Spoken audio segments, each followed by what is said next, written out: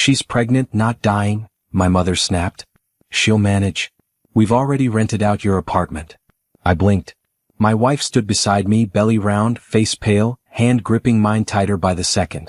It was supposed to be a quick visit, just to drop off gifts before we moved into our apartment across town. We were finally going to have our own place. After years of saving. After skipping honeymoons and vacations. Now we were being told we didn't have a home anymore.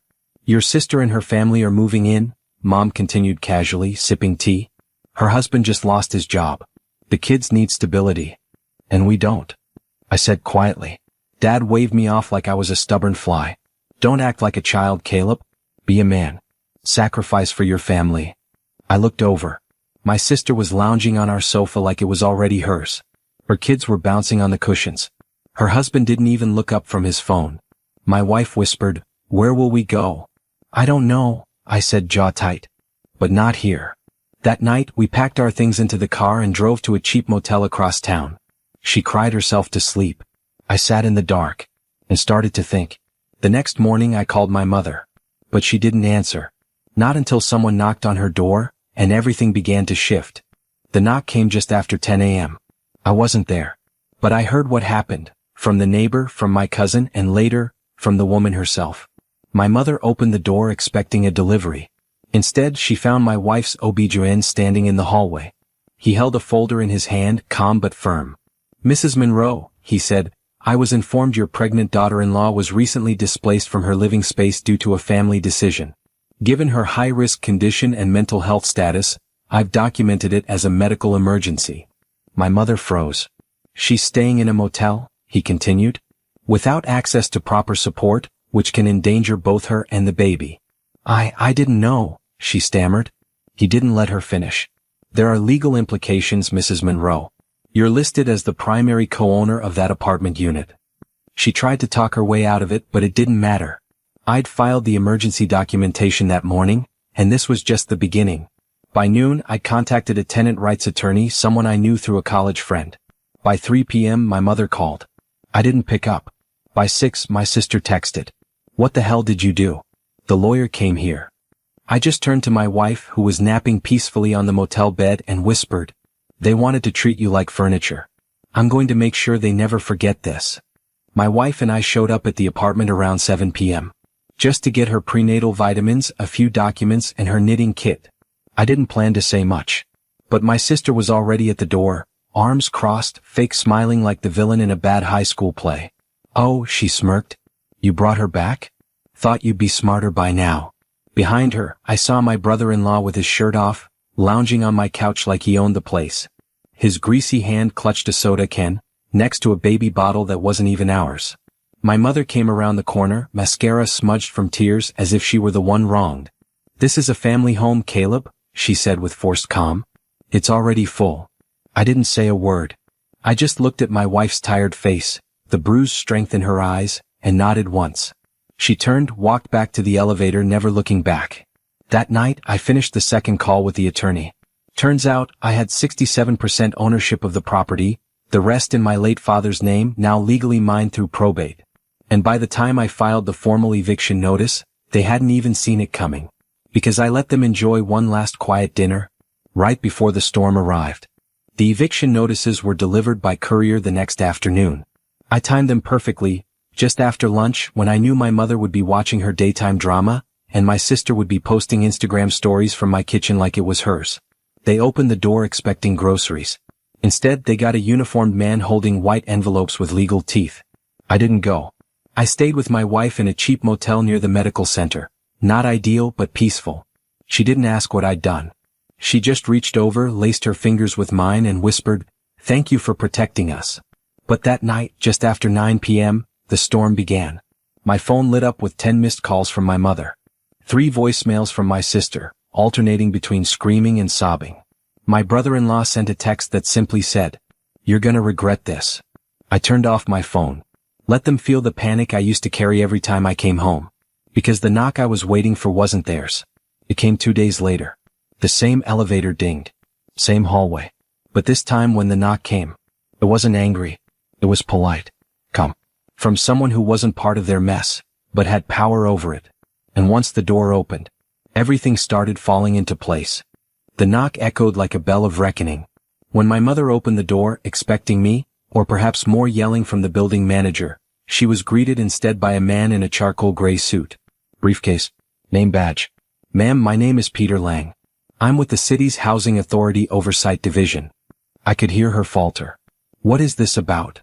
Routine inspection, he said, calm as still water. We received an anonymous tip regarding unauthorized tenants, illegal subletting and improper utilities use in this unit. I'm just here to verify. My mother stammered. My sister appeared behind her in gym clothes, mascara half smeared, glaring. But this is my son's apartment, she snapped. Peter Lang calmly opened his folder. No. According to the title transfer recorded last month, this unit is legally owned by Caleb Monroe. And according to these signed lease violations, you and your family are trespassing. Silence. Then shouting. You have no right. This is family property. You can't do this to us. Peter Lang didn't flinch. I can't. And I am. He handed over a formal vacate notice, effective immediately. Failure to comply will result in legal action. You have 48 hours. I watched it all unfold from the lobby's security feed, sipping coffee with my wife, her hand resting over our son's heartbeat. And for the first time in years, I felt like a man in his own story. The eviction notice shattered whatever fake authority my mother thought she still held. But it wasn't over. That evening she called me, not to apologize, not to ask how my pregnant wife was doing, but to blame me. You embarrassed us. Your sister's crying. Your uncle says you're turning your back on your own blood. This isn't how family works, Caleb. I took a slow breath, staring out the window where my wife was watering the basil plant she'd nurtured from a seedling. Her belly curved gently beneath her sweater. Our future alive and real. This is how family works, I said. We protect the people we choose to love. And I chose her. You chose to humiliate her. You're punishing us. No. I'm just not protecting people who don't protect me. She fell silent. Then hissed, you'll regret this. I hung up. The next morning I received a voicemail from my sister. Tears. Screaming. You ruined everything. You've always been jealous. Mom says you're brainwashed. You'll come crawling back when she leaves you. I didn't respond. But I did open the mailbox. Inside was a crumpled card, childish scribbles and orange marker. Uncle Caleb is my hero. Love, Ava. My niece. Her daughter. Somewhere in that twisted house, one small light still burned. And I knew. The battle wasn't over yet. Not until I cut the cycle. 2 nights later, a locksmith came by. My wife had fallen asleep early, her feet swollen, a soft smile on her lips as she dreamt. I stood in the hallway with the locksmith, staring at the tiny safe I had hidden in the closet years ago. Inside, every receipt, every message, every recorded conversation, every lie they thought I forgot. You see, my family had a habit of rewriting history. But I'd learned young, the only way to survive abusers who called themselves blood was to keep the truth documented. I mailed copies to a lawyer that morning. Then I made calls. The property titles they tried to seize in my name? Revoked. The rent agreement Mom forged using my childhood documents? Voided. I even called social services, because the way my mother screamed at Ava during that last visit still haunted me. And then, I called a journalist, one who'd been writing about inheritance fraud and generational abuse in wealthy suburban families. That weekend an article dropped. The Monroe name, behind the curtains of a perfect family. It went viral. The shame, the spotlight, the truth, it burned through their fake reputations like wildfire. But what truly sealed it?